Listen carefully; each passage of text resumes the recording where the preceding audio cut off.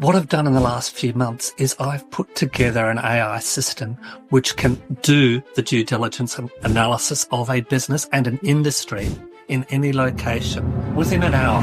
Welcome to the Super Clinic Project Podcast, where we take regular clinic owners and turn them into cash-based multimillionaire entrepreneurs. Warning, if you're a doctor who listens to this podcast regularly, you will make millions of dollars. Do not listen to this podcast unless you want to be a successful clinic owner who helps thousands of patients achieve their health goals and adds more money than you can imagine to your bank account. You've been warned.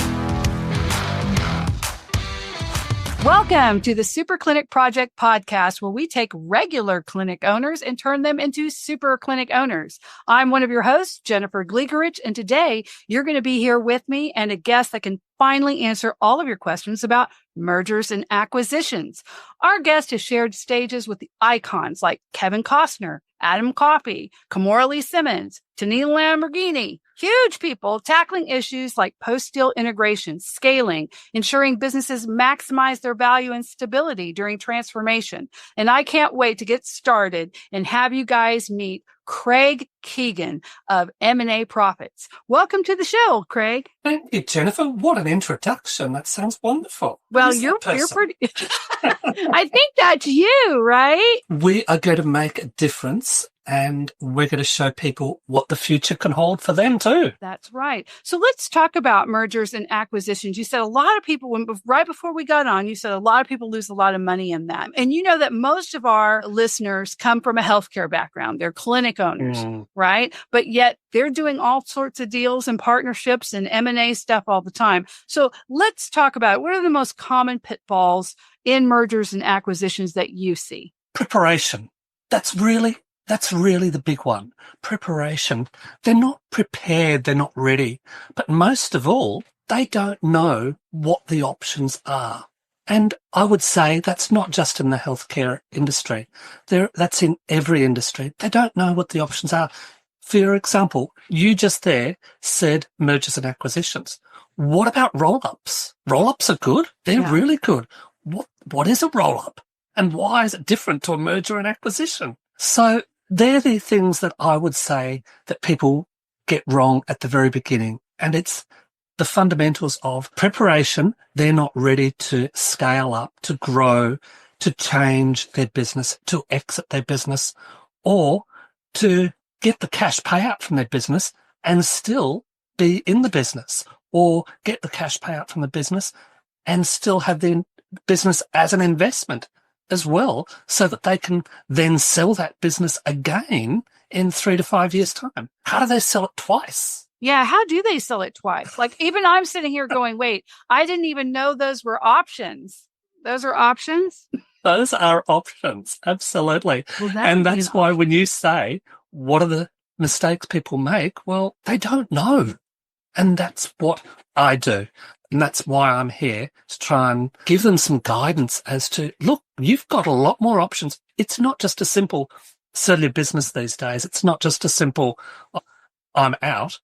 There's so many options now. So I'll go back to that selling your business twice one. Yes, I'm very curious. I saw your eyes pop out there. Yeah, I was like, what is that about? That sounds great. I want to do that. I want to create this one thing and then just keep on making money off of it. That sounds great for me. Yeah. Okay. Well, how about we go into that one a bit more then? Okay. So what that's about, that's a roll-up. And roll-ups are special. They sort of like they come from the merger and acquisition arena, but they are totally you focused rather than the buyer focused. They're totally focused on the practice holder. And that is, what does the practice holder actually want in their life? Where do they see their life in the future? And then how do we achieve that? So these days we've got a lot of baby boomers that are getting out of the business and they've had enough. They've done their stint and now it's time to move on. So what they might do is say, okay, I've done pretty well out of this. I don't need all the money from the sale of this business. What I might do is I will join a roll-up. And what that means is where you put, say, 5, 10, 15 different practices together. They share a back end. They share the admin side of things. They share the purchasing. They get all that right. And you don't have to worry about the admin. Does that make you happy? Oh, gosh. Yeah. Because I know a lot of that's all they want to do. Mm-hmm. Yeah. Yeah, that is all they want to do. Or, so I can see how that might be beneficial to someone who's like, look, I have patients that I like, and I'm an expert in what I do, but I don't want everything to determine on me. It'd be great if I could get some of like the best quality patients, maybe some top tier patients, stay there. I can do some, be on camera or do something, but I won't have to worry about the rest of it. And it was not going to fold if I need to take a vacation. Exactly. And so you might want to set up an arrangement with the roll-up organizer for that. That's the way that you want to work. And don't be wrong here. Yes, you are going to have to sell off a part of your business to do this, but that's okay. Why don't you keep a good slab of it as well? And then you get dividends from that. You get growth from that. You don't have to worry about the admin. That'll be taken care of for you. You don't have to worry about the marketing and all that sort of stuff. That'll all be taken care of for you. Then what happens is those 10 to 15, as an example, another organization, they've also put together 10 or 15. When those two combine, you've now got 20 to 30. Now, a small company is worth a small amount of money. Right. A medium company is worth a medium amount of money, but not, let's add in the word value as well. Their value increases. So the per dollar increases multiple times. Your practice will be worth, say, 5 to 6 times what your income is. When you roll up into this 30, it might actually go to 12 times. Wow. So you've way more than doubled the value of your practice at this stage.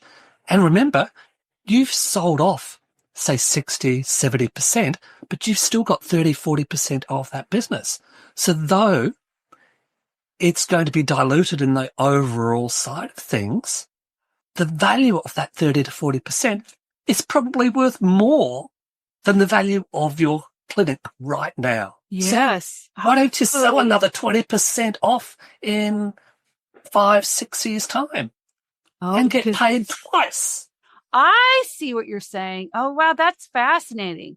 I can tell you, that's something that the small business owner, doesn't really think about in the grand scheme of things. But especially if you're doing something that there's a lot of other people who do it in other areas, and if you've developed a system where you're doing it really, really well, and that system would work on another scale, rather than thinking of franchise or some other models, this would be a lot more lucrative for you. Right, you are. Do you know where this fails first off? No, the first point of failure is they go and see their accountant. The person that does their taxes. Yeah.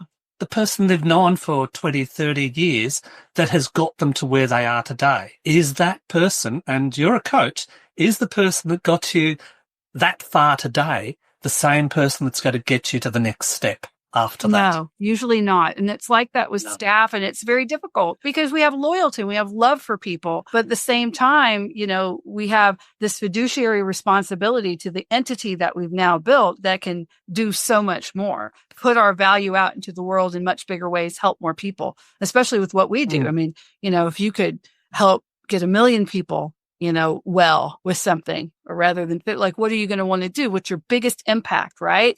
What is that? Rory has said, he goes, the greatest thing we humans struggle with is our untapped potential and staying with our potential. And it just seems, and he's right. You see people that struggle. They're more negative. They're more unhappy. The system's bringing them down, and, you hear that from them. And then you see people are like, no, I mean, I'm not where I really want to be, but I feel like I got a good beat on things. And, I feel like and then it usually is a phrase that I'm on the path to where I want to be. And it's that potential. And there are some people who will not go on that path. They will anesthetize themselves from that path. They will get angry about it and try to get away from that path. they're very unhappy. And then the people who stay on the path of growth to their ultimate potential, they tend to be much happier with things, even if it's harder, even if their life is actually, when you look on paper, wow, that's much more difficult than this person's life. They have a lot more, obstacles and worries and responsibilities, but yet they feel at least that they're growing as human beings. The same thing can be said with when you get into business and you need to expand your mind on where you can go in your potential.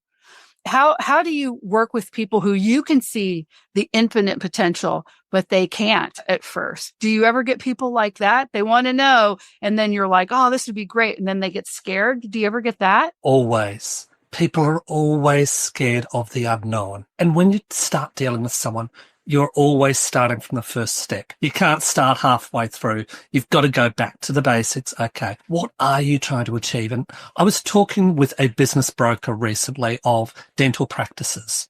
Mm-hmm. And I said, so tell me about, what do your clients do? Where are they 2 years after they sell their practice? And she said, I don't know. She said, I never talk to them again. I've got this little page that I keep in my database, and it's never deal with these people. She was straight onto that list because she didn't care about her clients. She didn't find out, what do they really want in their life? What are they trying to achieve? That's where you have to start, because this is all about providing the lifestyle, providing their future for them. So that's where I start. And that's the most important thing. Money won't get you everything. They might want to work part-time. They might want to, as we discussed, not be bothered with the back end. They might not want to be bothered with the staffing side of things. Yeah. Well, that's fine. Then have they got a great office admin person? Maybe the office admin person could become their boss and take care of all their staffing for them, so that they can just do exactly what you said, pick their clients. Oh, I've been working with this lady for years now. She really is special to me. I just want to work with her when she comes in. I want to have a special diary that I can work with them. Yeah. So I know a lot of clients like that. Yeah. Yeah. I mean, I know a lot of clients from I build dreams. Yeah. That's what I do. Yeah, no, and it's something that, until the great thing about going back into podcasting and doing this is that meeting people who are in the trenches like you, I'm doing it in a different way, but yet I get stuck in what I do. Right. And so I'm constantly just working with them in this, accelerator program to get them to double the revenue. But it's like a 4-month intense accelerator. Then I have my one-on-one. But there's this whole world with people like you that are out there that are so much more expansive.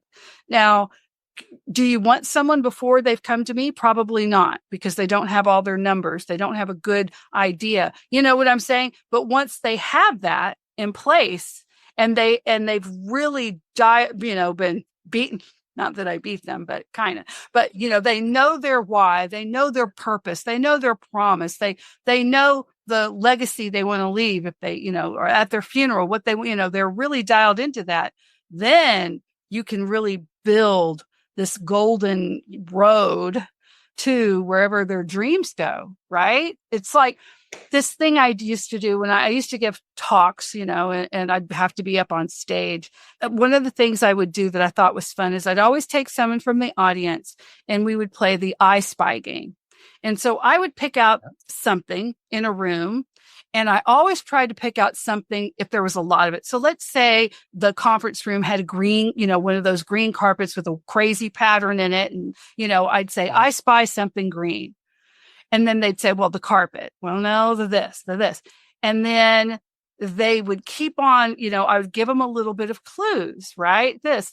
And it would take a while. And then finally I would say, it's in this quadrant, this. And then they'd look and then they'd say, that lady's earring in the very back, this tiny little speck of green. And I'd say, see, if you know what you're looking for, you can find it, no matter how difficult it is. But how many people just have never decided to sit down and write out what they really, really want, right?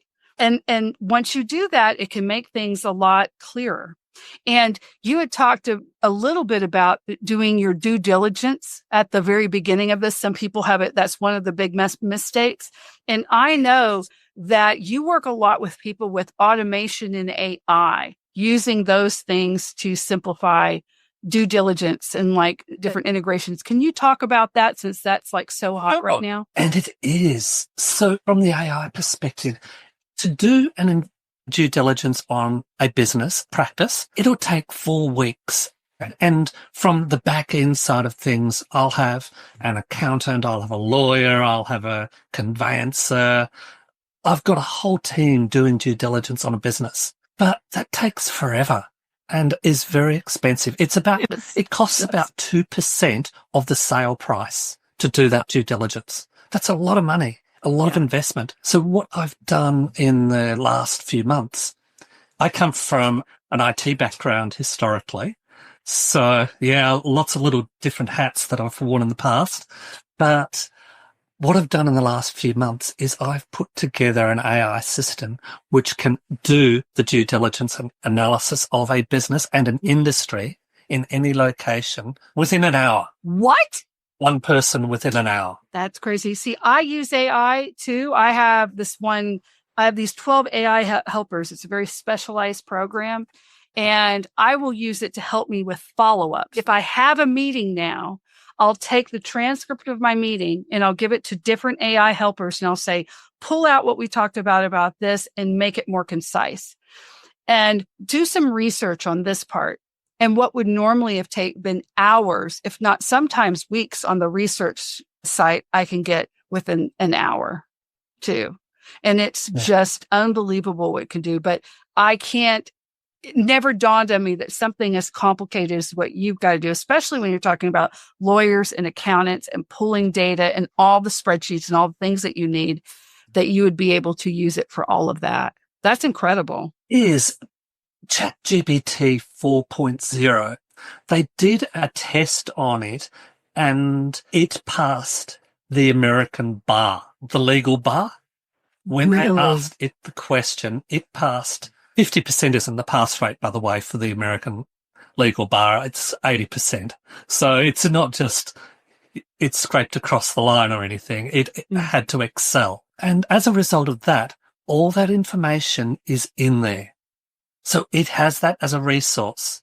So you too, if you use ChatGPT 4.0, which is free, you too have access to the entire American legal bar and all of its research. I wish I would have known. I wish I had known that before. I did not even know that. I don't hardly use ChatGPT because I pay for this other program that I'm just used to, and I've got the app for it and everything. But wow, that's amazing. So eventually we won't need lawyers. Oh, we can only dream. That's what I'm thinking. That's terrible. Because we have the world isn't that lucky. Family. I have so many lawyers in my family. They're all going to be like, but sorry. I know my goddaughter is studying law right now, and my nephew. I feel a little bit guilty about all the jokes that I make about lawyers. Love my goddaughter dearly, but I don't know that I'll be able to stop making jokes. I know you can't. So thinking about it, so going back to our clinic owners and what they struggle with that, what do you think, because they have to build it, what they want, before someone talks to you, where do you think they should be at? Because I get that a lot. Well, we can't go to anyone else because we're too new. I just know that I want to retire. I'm 50 now and I would like to really retire or sell. Like that's usually where they're at. So when you're talking about due diligence, what's the due diligence they need to be thinking of? If they know that, hey, if they listen to this, if there's someone listening to this and they go, well, that's interesting, what would they need to quantify or to come with someone like you to be able to have a good conversation? Okay, let's forget about me for starters. Okay. So let's talk about you. First of all, they need to go and see you, because what they need is the systemizations, which you're very well capable of doing. They need the business analysis and they need the income growth. They need good books. And that's where you come in all the way. Right. So honestly, they need to go and see you first. When you were talking about what you were doing before, I was sitting back here thinking, if only I got clients like Jennifer's suggesting. that had been Well, through her hopefully you throat. will, because we're about to introduce you to all of them, right? But Because so your it's- clients would be the perfect clients that okay, I could good. receive. So basically, if they've just got, they understand where they're at, they've got their marketing system, they can tell you, this is our client journey, this is what I say and do, and these are our numbers. That would be enough to start to build out a plan. And yes, it is. Okay. Anywhere's enough to start. It's just how long that journey's going to take. And you've got a 3-4 month journey there that you've already got outlined. So better to go straight into that. But make sure that your car isn't a part of the practice. Your personal car, your wife's car, all those, clean up your books. If you can clean up your books, because you can have two businesses. One, you can have a business set up for tax minimization, or you can have a business set up for sale and sale price maximization. You can't have both. You choose. But I would always choose for the sale. The reason for that is it takes time to get to that sale preparation side of things. And you don't know when one of the 5 Ds are going to hit. And that's divorce, death, those sorts of things are going to hit, where you're going to have to make a decision quickly as to what's going to happen with your practice. Therefore, always set your business up ready for sale rather than for tax minimization. You can afford the tax, but you need to be ready for the unknown, and that is an exit of some variety that you may not have planned for. Well, you need to start planning. And when do you need to start planning? Today you buy the business. Simple. No, this is the best. I'm going to quote this in so many conversations that I have from this day forward. You have said it in a way that I have thought about it, but not been able to get the words together in what I was saying. But that's really it. I know too many owners who think about their business other than minimizing their taxes, and they don't think about it for sale. They're doing all these things so they just don't have to pay a lot of taxes.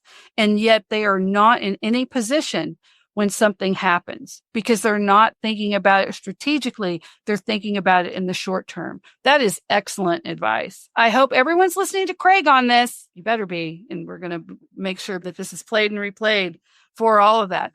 What do you think? Before we go, because we're going to be here at the end here in just a moment, where we're doing really good time. You had talked once about creating value versus destroying value. And I think that this ties in to what you were just talking about. What are some ways that people can start creating value if they're like, oh crap, that's exactly what I've been doing. I, have mixed my personal and my this, and it's just a way to get my taxes down. And that was their aha moment, listening to this and hearing this. So what are some ways they can change and start creating value? Before I answer that, how long can the practice owner go on holidays for before they come back and they haven't got a business? Can you go away? Can they go away for 3, 4, 5 weeks? If they can't go away for a month without their business going backwards, then they have a problem. So that's a recognition that you've got a problem.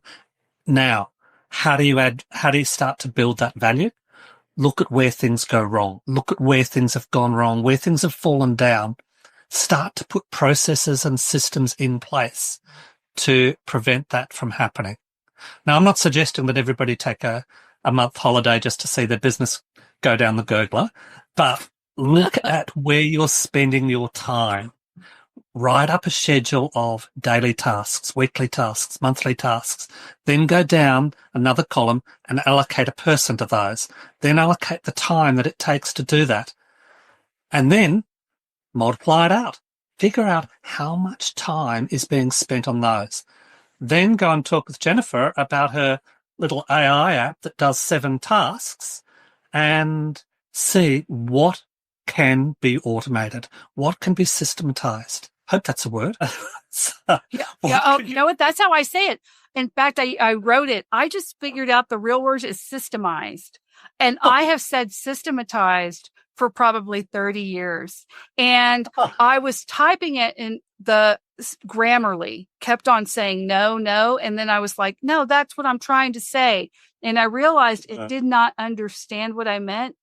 Needless to say, you did. That's all that matters. Yeah, So that's where you add the value. That's where you go looking for that value.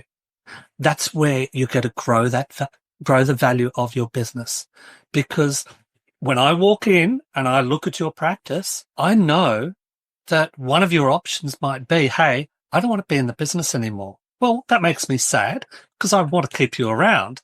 Or I might want to step out in a few months' time, or might want to reduce my hours. I have to take that into consideration. So therefore, I need to know where are the gaps in what you're doing? And that's where the systems come in. And that's where we need to fill those. That's what's going to add value to your business and make it saleable. So instead of being, I said it's going to be 4 times or 6 times your income, your annual income. If you haven't got systems in place, then it's probably going to be 3 times. If you've got some systems in place, it'll be 4. If you're fully systemized and you've got all your processes, everything in place, it'll be 6 times. We will be doing an assessment of your business, and that's going to be the first thing we look at. Can you walk out the door? And I personally don't want you to. Yeah. And I'm going to tell you, a lot of small businesses, including our clinics and other people who are listening here, the biggest bottleneck is either their admin or their fulfillment. And when it's fulfillment, that's the biggest one, because that really is you can't walk away because I'm the only one who can do it. And that is the worst place to be if you're trying to be the CEO. Yeah, absolutely. So that is a very good question. If you had to walk, how long could you take away before it would tank? That's the litmus test. And what would you say is a good one? Like if they said, well, probably 8 weeks, like, would that be a healthy one? Would you go, yeah, probably 8 weeks before we notice a dip? Because I do make strategic decisions, or because I'm involved in this, or what would you say would be the good one to start with? I'd be wrapped with 8 weeks, because if it's 8 weeks, there's no reason why it can't be 9 weeks. There's no reason it can't be 10 weeks. So if it's 8 weeks, I'd be wrapped. But most of the time, it's 4 weeks. The business will collapse in 4 weeks. Yeah. I would say that is true for most small businesses that are trying to get out of that hamster wheel, where, okay, I got to market. Okay, now I'm going to sell. Now I'm going to fulfill. Oh gosh, I got to market. And they just never get around. Where's your recurring income? Have you got your recurring income set up as well? Because that recurring income means that you don't have to be out there, as you said, the hamster sell. Yeah. You don't have to be out there selling all the time, because the income's got to come back round in a period of time. And I can map that out, and I can do the seasonal adjustments there. And I can say, oh, there's a dip in January. Well, what can I do to go and fill that dip? What supplement to my business can I put in place in January to fill that dip so that it smooths out, or maybe grows? That'd be nice. That would be nice. I look at those graphs and I think, okay, what can we do to level things out or put some growth in there rather than buying these dips? Yeah, because when you have a strategy, then it isn't a problem, or it's not just something you deal with. It's just a challenge that there is a solution to get that to not be the same challenge. Catch this one. Make sure you got record on this one. Without reliable data, you are merely another person with an opinion. Craig, you're going to be one of my best friends ever, because I talk about data. You have to have the numbers, the reliable numbers, and you have to know which numbers to look at. That's absolutely true. Well, guys, we've been talking to Craig Keegan of M&A Profits. Craig has been absolutely amazing. He is going to give us the most incredible tool, which is a 30-minute complimentary consult with him, but only for listeners of Super Clinic Project Podcast. So we will have that special link in our school for you, along with all the information to get to him. Craig, is there anything you want to leave with us before we go? Yes, I find that some people don't click on the link when you give it to them, that they're too busy. The banner on that link will say, I will save or make you 5 figures in that 30 minutes. Okay. Have I got your attention now? It's got my attention. And just so for you guys that aren't in school, it's free, but y'all can get into our school. You'd go to superclinicproject.com. The link is actually maprofits.com/promo, and it's going to be on there. Please, guys, go to superclinicproject.com. You just click on the link. You can get to our free school. You can listen to our podcast. Actually, you can listen to our podcast anywhere you can listen to podcasts. We're going to have all of our information everywhere. So there's no way to not be able to find it. And like, follow, and share. In fact, right on our website, one of the first things you can do is click a button. And if you have a question for Craig, you can record it, and we will get him to answer it for you. In fact, we might even bring him back to answer some questions that people come. Anyway, thank you so much, Craig. Again, it's Craig Keegan with M&A Profits. That's maprofits.com. And thank you for being here. Absolute pleasure. It's been wonderful. You've been listening to the Super Clinic Project podcast. If you like what you hear, subscribe and stay tuned for further episodes of the Super Clinic Project podcast.